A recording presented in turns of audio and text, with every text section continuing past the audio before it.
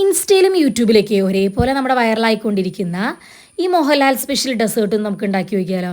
കുറച്ചധികം നാളായി ഇത് പുറത്തിറങ്ങിയിട്ട്, പക്ഷെ ഞാനിപ്പോഴാണ് കേട്ടോ ഉണ്ടാക്കുന്നത്. ഒരു പാൻ വെക്കുക, പാൻ ചൂടാകുമ്പോൾ അതിലോട്ട് നെയ്യ് ആഡ് ചെയ്തിട്ട്, നെയ്യ് ചൂടാകുമ്പോൾ പഴം കൂടി ആഡ് ചെയ്ത് കൊടുക്കുക. നല്ലോണം അങ്ങ് ഫ്രൈ ചെയ്തെടുക്കുക.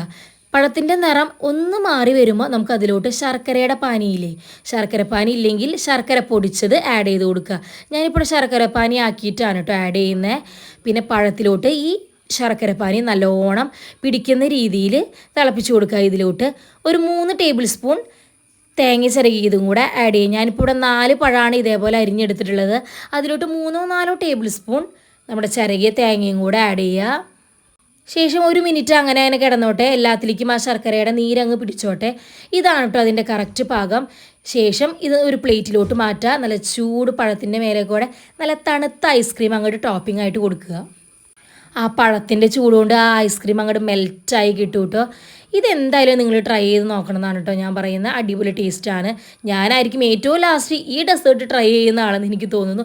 അപ്പോൾ നിങ്ങൾ ട്രൈ ചെയ്തവരാണെങ്കിൽ എങ്ങനെയുണ്ടെന്ന് ഒന്ന് കമൻറ്റ് ചെയ്ത് പറഞ്ഞോളൂ. എനിക്ക് എന്തായാലും ഇഷ്ടമായിട്ടുണ്ട് കേട്ടോ.